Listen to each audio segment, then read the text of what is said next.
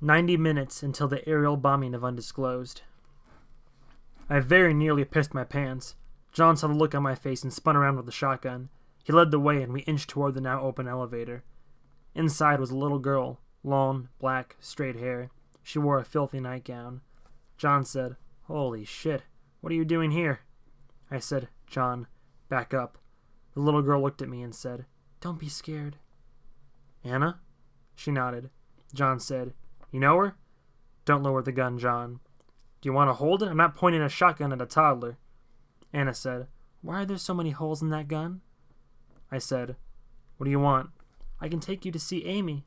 "Is she here?" Anna nodded, silently. John and I exchanged a look. Quietly, he said, "Okay, I admit she's pretty creepy." I whispered, "Man, if this was a horror movie, the audience would be screaming for us to get the fuck out of here." "Well, they'd be thinking it. They wouldn't scream it unless they were black." "She's downstairs," interrupted Anna. "Your dog is here, too. Get in." John said, No, we go down. We take the stairs." Anna shook her head. "There are no lights in the stairs. We should stay away from the dark." I swallowed and said, "Because of the Shadow Man." She nodded. John whispered, "Jesus Christ." To John I said, "I'm going to leave it up to you." He clearly had no idea. This was so obviously a trap, and we so obviously had nowhere else to go. John asked Anna, "Where is she? What floor?" "The second basement. Mr. Bear is down there, keeping a lookout." "Okay.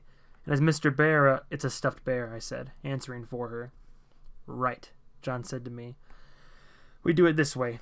You wait here for 2 minutes. I'm taking the stairs. If there is something waiting for us, I'll find out how it likes buckshot. Then you head down on the elevator and I'll meet you there. Then if she, attacks you, you only have to last for 2 floors. Against a toddler." Anna said, "I think we should all ride together." John was already heading to the stairs. I took a breath, steeled myself, and stepped onto the elevator with Anna. I hovered my finger over the B2 button and counted to 100. I braced myself for the sound of shotgun blasts or screams or anything. Nothing. I hit the button. The door closed. Anna stood to my left, motionless, looking forward the way people do on elevators. The elevator rumbled and we were heading down, and down. A tiny, soft, warm hand curled around mine. I looked down at Anna and she smiled up at me. We jolted to a stop. The light went off. The little finger squeezed around mine. I slapped at the door and yelled, "John! Hey!" No answer. Anna's hand squeezed tighter. Strong. Too strong. I punched buttons on the panel. Nothing. I kicked at the door. I tried to pull my hand away from Anna's grip and I couldn't. The fingers changed. I felt them melt under my grip, fusing together, becoming something like a snake or a tentacle. The light blinked on. I wheeled on Anna and she was just a little girl with little girl hands. She said, "The lights do that sometimes." I stared hard at her. Her eyes were the picture of innocence. The door opened and John was there, aiming a shotgun at my face. I said, "Don't shoot. The light went off. We all clear here?" "Yeah." Anna led the way out of the elevator, stopping to pick up a teddy bear that looked like it had been bought and sold in 3 different garage sales over 20 years. She clutched it and headed down the hall. I recognized the corridor and the rust-pitted steel doors and the smell of shit. I followed Anna and John followed me.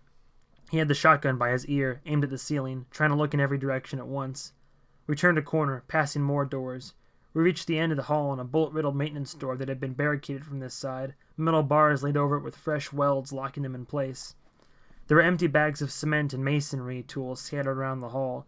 I wondered if on the other side of that door I would find a steam tunnel sealed with fresh brick and concrete. Anna turned left, down another hall. Then it was through a doorway marked Annex, which opened to an impossibly long hallway that seemed too long for the building.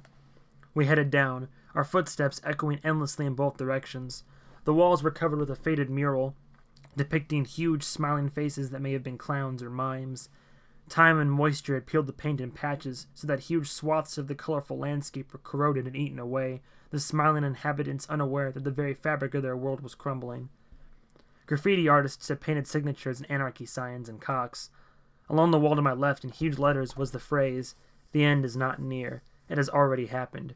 We just didn't care." Anna looked back at me and smiled. Invisible ants raced up my back. I glanced back at John and saw on his face that he had already realized what was up there. Whatever it was not Amy. What was up there was bad news, and it was only a matter of how we would deal with it. We were not in control of the situation. We were never in control. The last of the working emergency lights was only halfway down the hall, and the light faded long before we reached the end. Our own echoes followed us down and down into the darkness. Anna slowed down once, and I once again felt the tiny warm hand in mine. We walked together, and at the end of the dark hall I could see a closed door with light pouring from the bottom. Just like people describe in near-death experiences, the long passage with a door of light at the end.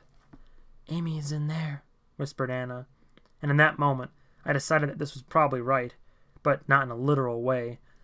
Whatever was waiting behind that door was almost certainly the quickest way to see Amy, or at least to join her, if there is no such thing as seeing in that place. We reached the door. Anna let go of my hand and said, "It's locked. Only she can open it. Call for her." I said, "Amy?" but thought it was too soft for even Anna to hear. I cleared my throat and said it louder. In that moment, I realized I was smelling something. A scent totally out of place in this rotting, forgotten building. A scent I had smelled 100 times before, one that was sparking memories that triggered a wave of sadness. I heard the latch turn on the door.